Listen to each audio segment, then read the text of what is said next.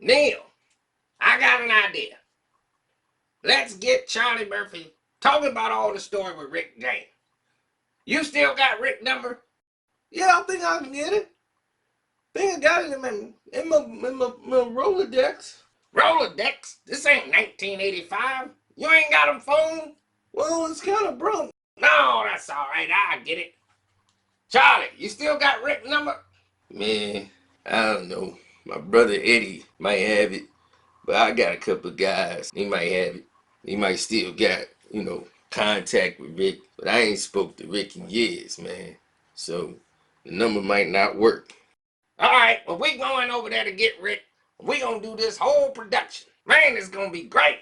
Ching-a-chong, chang, hang, ching-a-chong, chang. Whoa, Charlie Murphy lying on me. Ha ha.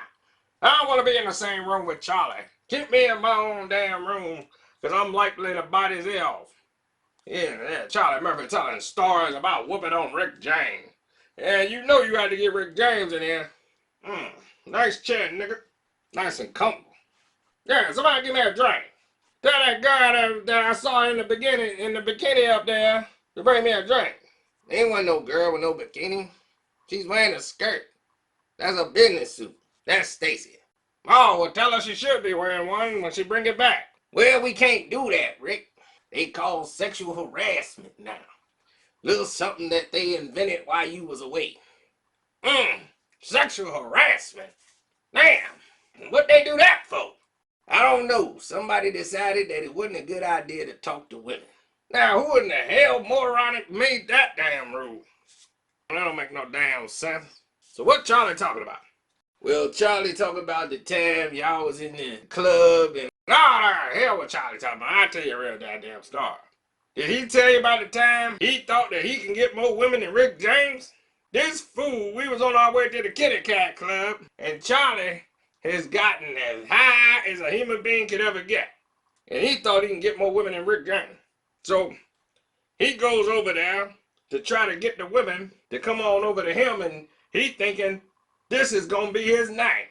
So Friday night, because he had some success at the Kitty Cat Club without Rick James. But he had been there before with Rick James. So they think he must be somebody important. They don't know he's the damn son of Godzilla and King Kong mixed together. I said, Charlie Murphy, listen, you're tall, black, and ugly. That's the holy trinity of ugliness. Nobody gonna want you unless I tell them to. I hate to bring this reality to you, but you need to hang around Rick James 24/7. Or you never gonna get a damn woman. Hate to break this to you, Charlie. So, Charlie get mad. So I told him, I said, I remember this story. I said, Rick, we was in the Kitty Cat Club. Rick is right about that. But the story's all twisted. I ain't say I can get more girls than Rick James. I said I can get these girls' phone numbers. And he said, I give you $100 for every phone number you get from a girl. And I said, bet. I'ma take that. So I was rolling dice with a couple of my cousins and some friends, and he had this thing called the Jerry curl, and I wanted to get one. So I said, that's gonna set it all off. I'm gonna get a Jerry curl, and when the girls see that Jerry curl, and I'm gonna come in there with the big fro all the way out with my Jerry curl, man, they ain't gonna be ready for me. So he said he could whip me up. It's only gonna take about 2 hours, and then I'll be ready to go. So I already had my outfit laid out on the bed, because I knew I was gonna be killing when I wore that outfit. That was the ugliest outfit I've ever seen in my life. I can still remember it. Even though all the coke I did, I still remember that damn outfit.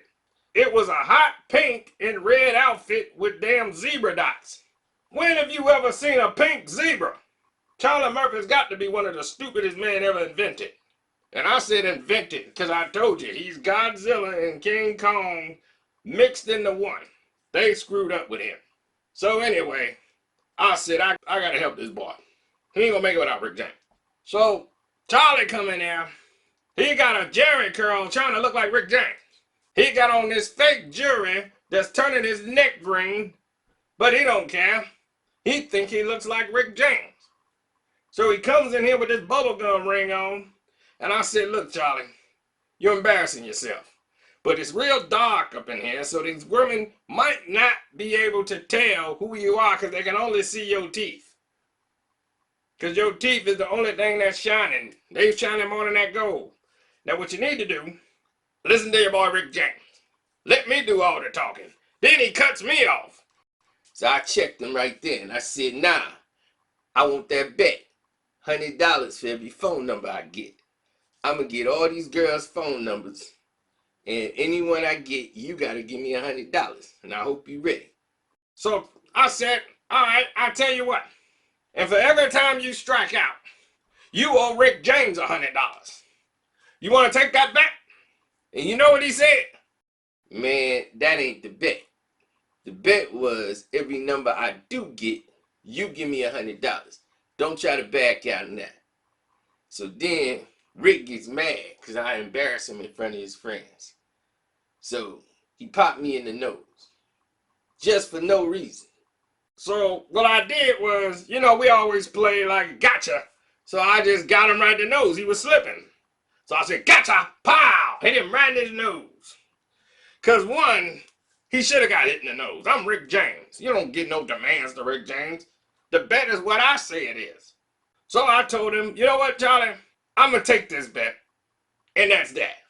So go ahead. I'll pay the $100. I want to see this happen anyway. Because he's going to strike out. He's Charlie Murphy. I'm Rick James. He's Charlie Murphy. It ain't never going to go his way. So after he hit me in the nose, I grabbed his damn arm and flipped his ass to the ceiling. Once he hit the damn ground, I twist his damn arms behind his back. His boys looking like they want to hit me. But he's telling them to back up. He told me at that point, you know what, Charlie, I do see it your way. Go ahead. You was right. The bet's a bet.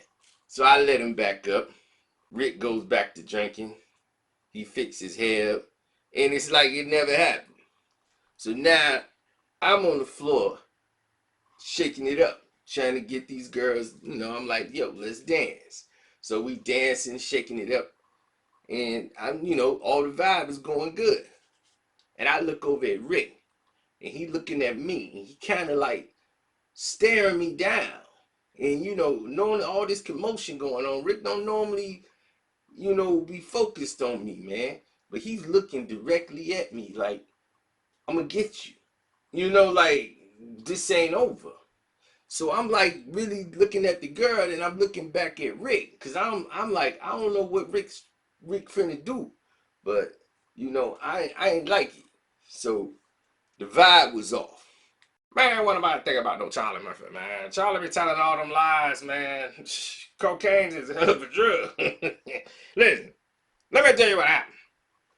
Charlie, while he was looking back at me and kept whipping his head around, he thought he was dancing. What he did is he had so much Jerry curl juice in there trying to look like Rick James and have his hair all nice and shining like Rick.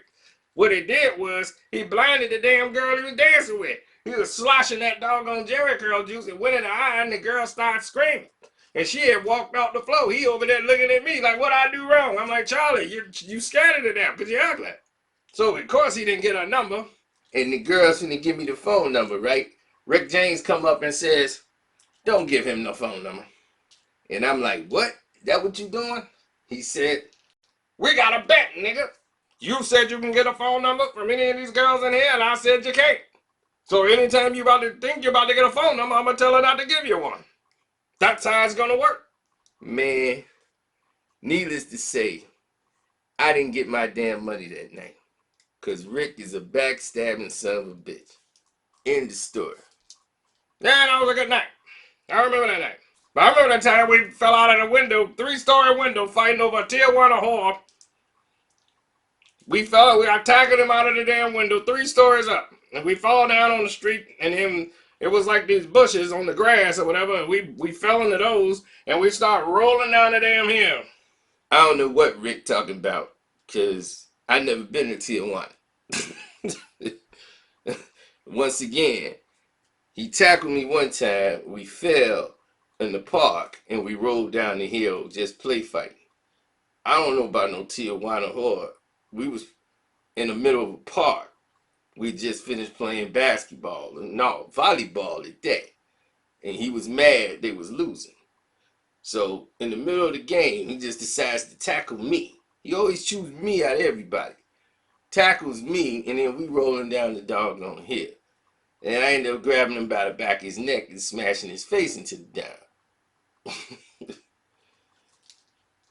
Damn!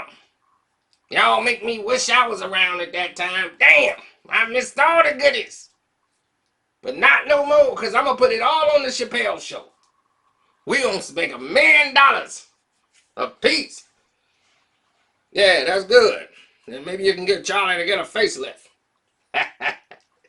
$1 million facelift, and you can stop living off your brother. Now you can just be Charlie. How about that? It was a Tijuana horror, but I don't remember paying. Maybe that wasn't Charlie. Charlie, you know what? Maybe that wasn't you. I tackled somebody through a 3-story window. We were that high, 3 stories up. And we fell fighting over a Tijuana horror. And next thing you know, we're fun and we're rolling in the grass, right? I get up and I throw one of my super kicks. You know, because you know I know karate. Yeah, man, I'm a 3rd degree, 7-time degrees of all the colors that they got in the rainbow for the belts. So what I did was I did a kick move where I distracted him with one leg, and then I spun my other leg around and I hit him in his hand, and his whole neck like spun around and he fell down and I thought he was dead. I could have killed him if I wanted to, because I'm Rick James. But I didn't feel like going to court and all that paperwork and wasting my time and all those phones and typewriters going off. That would just be too distracting for Rick James. Nah, can't do that. Nah, that wouldn't be good for me. But we can do that next time. I'm Rick James, bitch.